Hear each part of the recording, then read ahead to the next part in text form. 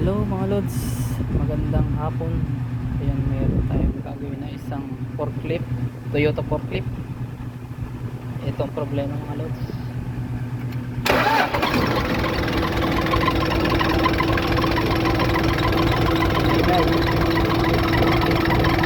Ito yun, nausap na,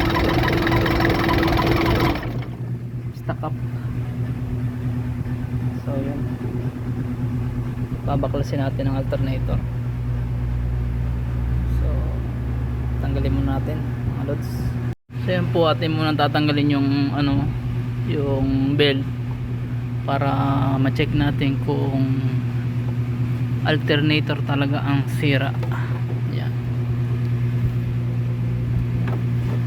kasi mahirap yung hula-hula. Yan, saka natin paanda rin, medyo mainit. Ayan o, hindi na maikot mga lods, para din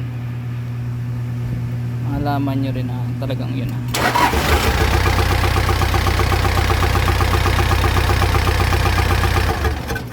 So yun mga lods, alternator na talaga ang sira.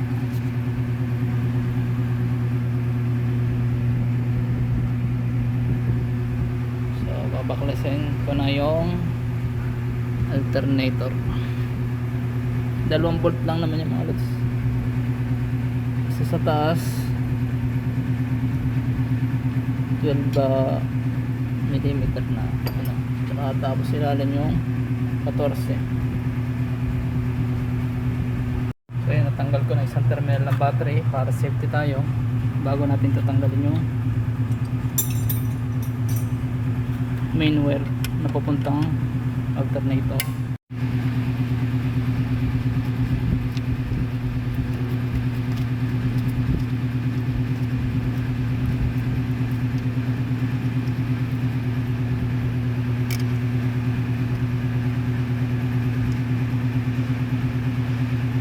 Umuusok kasi yung yung belt,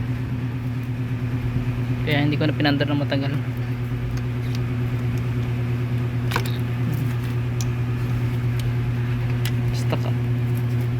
Stuck na yung alternator.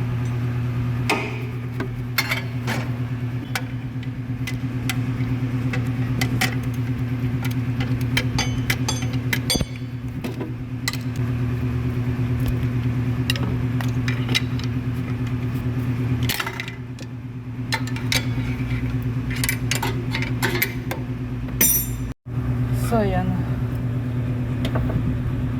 yun na po ang sira. Ayan o,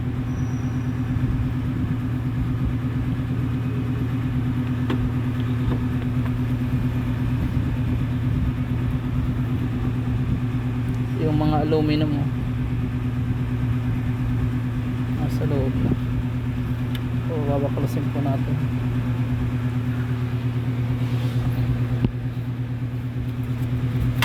Okay naman yung water pump.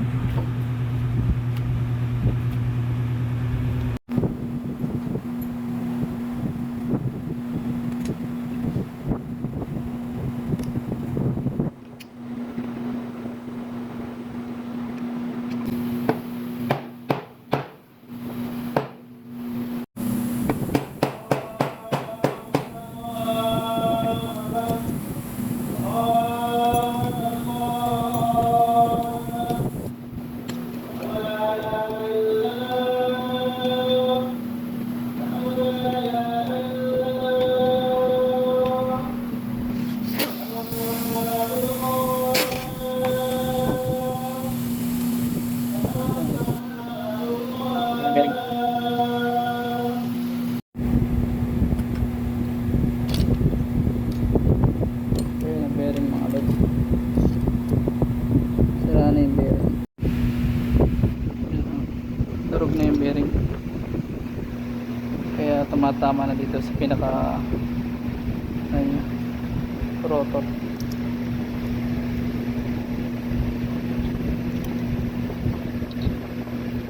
Sa rotor at saka dito sa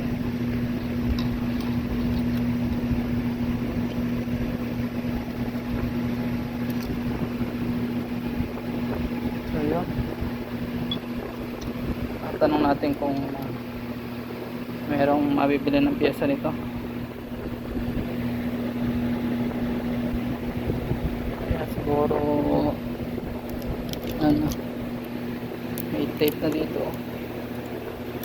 Pasok na.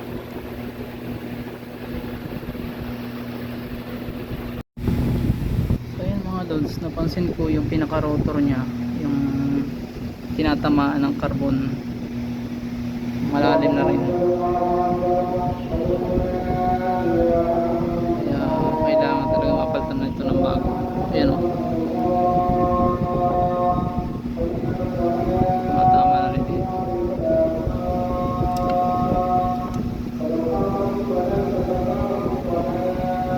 Yung rewinding ito halos kaparehas na rin ng bago eh.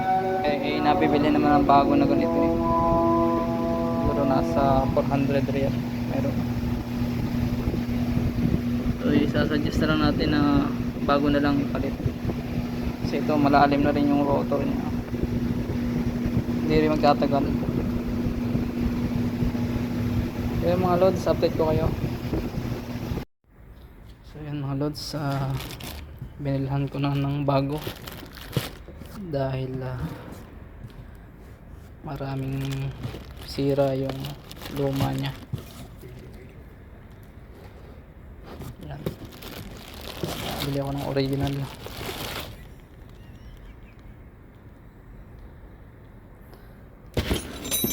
Made in Japan.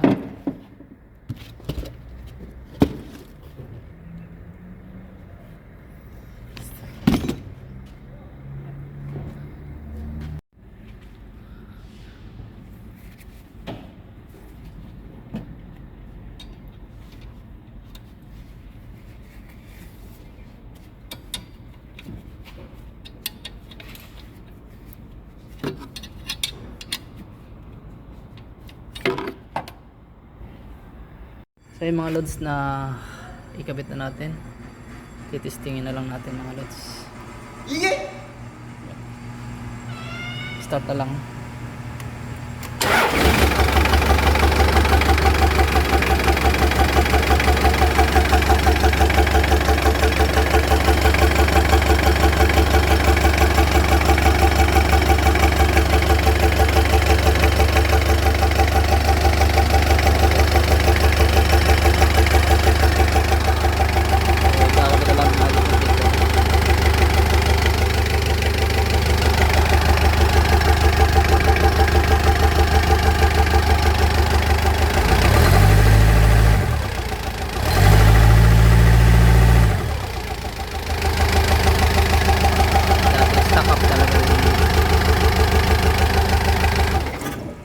Ayan mga loads, okay na.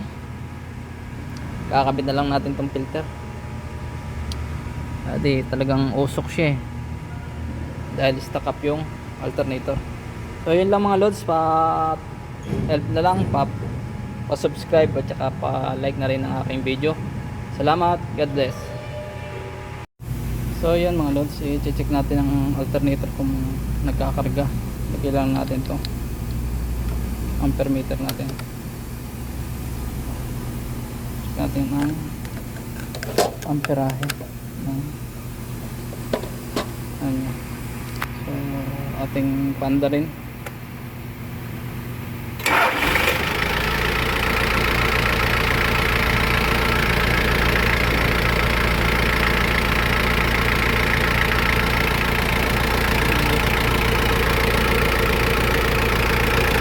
Tapakan natin ang accelerator kung dapat.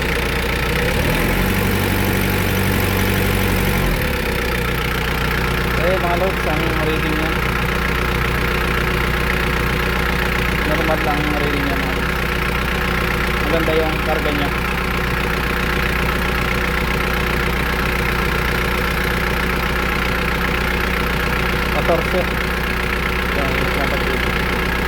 Ito ang 13.